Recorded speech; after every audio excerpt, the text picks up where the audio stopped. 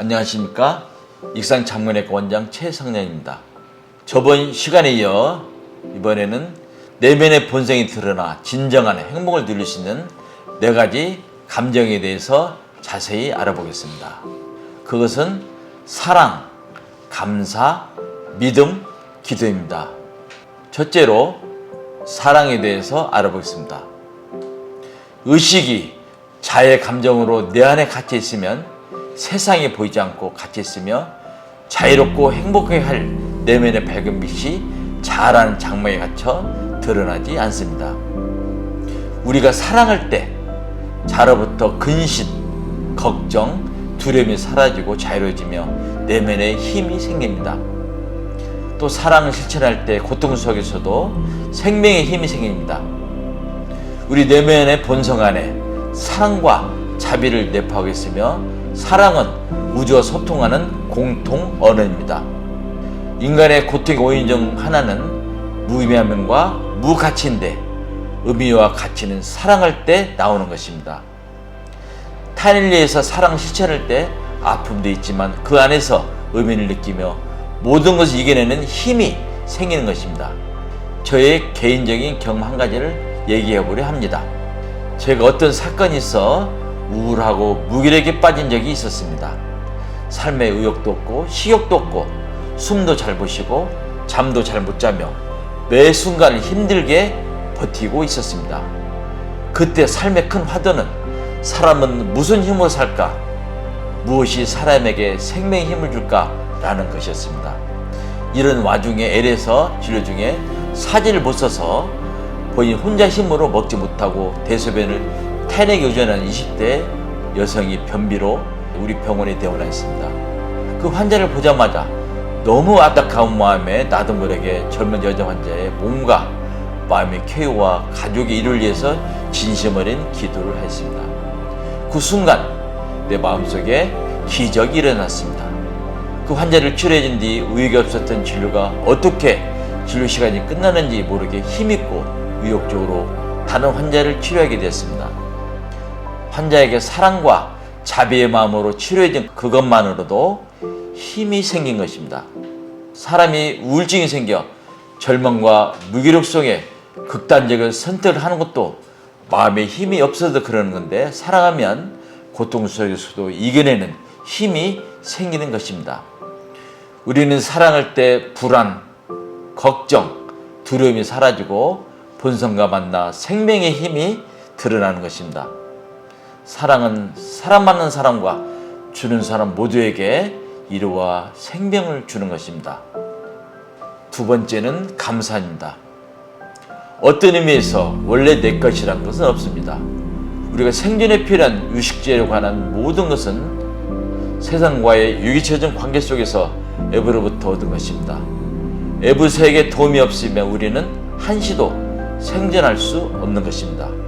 내 생각과 내 의식도 역사와 사회로부터 얻은 것입니다. 생각하면 모든 것이 감사의 대상입니다. 인간의 의식 성장에는 3단계가 있다고 합니다. 첫째는 의식이 내 안에 갇혀 모든 일을 남 탓이라고 생각하며 미워하고 증오하는 것입니다. 그 다음에는 내 탓이라는 자기 반성과 성찰을 통해 성숙해지는 것입니다. 그 다음 단계는 의식을 높여 누구의 덕택에는 감사함을 느끼는 것입니다. 우리가 정상적으로 생활하며 지혜를 갖고 행복할 수 있는 것도 내 안에 내재된 본성이 있기 때문입니다. 감사한 마음을 가질 때 나란 자아가 피어지고 사랑이 저절로 싹트며 겸손해지고 충만한 행복이 나오는 것입니다. 세 번째는 믿음입니다. 우리는 누구나 이치에 믿고 맡길 때 나란 자로부터 나오는 불안, 긴장, 두려움이 없어지고 내 안에 내재된 평안한 자유로움이 드러나며 가장 큰 힘이 드러나는 것입니다. 사람을 가장 나약하고 불안하며 힘없게 만드는 것은 두려움입니다. 우리는 절대적인 힘이나 이치에 믿고 맡길 때 불안과 두려움이 사라지고 평정심을 갖고 모든 것을 극복하는 힘이 생깁니다. 또한 평상심 속에서 사물을 볼 때 전체를 보게 되며 균형 잡힌 지혜로운 안목이 생깁니다. 어느 저명한 MDN 암센터 치료의사의 말이 생각납니다. 생존 가망이 없는 말기 암 환자에게 아주 드물게 기적적으로 치유되어 완쾌되는 경우가 있는데, 기독교 신자인 의사는 환자들이 삶과 죽음을 다 내려놓고 신에게 온전히 모든 것을 맡길 때 마음이 평화가 오며 우리 안에 내재된 생명력이 몸과 마음을 치유하며 완쾌된 경우가 있다고 합니다. 믿고 맡김으로 해서 나라는 자의 감정이 피어지고 무한한 힘을 가진 내면의 본성이 드러났기 때문입니다. 믿고 절대적인 힘에 맡길 때 나의 에너지가 아니라 무한한 우주의 에너지를 사용하고 얻는 것입니다. 네 번째는 기도입니다. 우리는 본능적으로 진정 바라는 것이 있고 우리가 능력으로 엎쳤었을 때 기도하게 됩니다.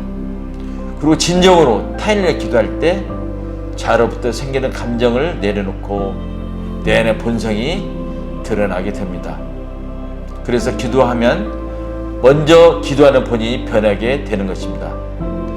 또 진심으로 기도드리면 우주가 감동해 기도를 들어준다는 얘기가 있습니다.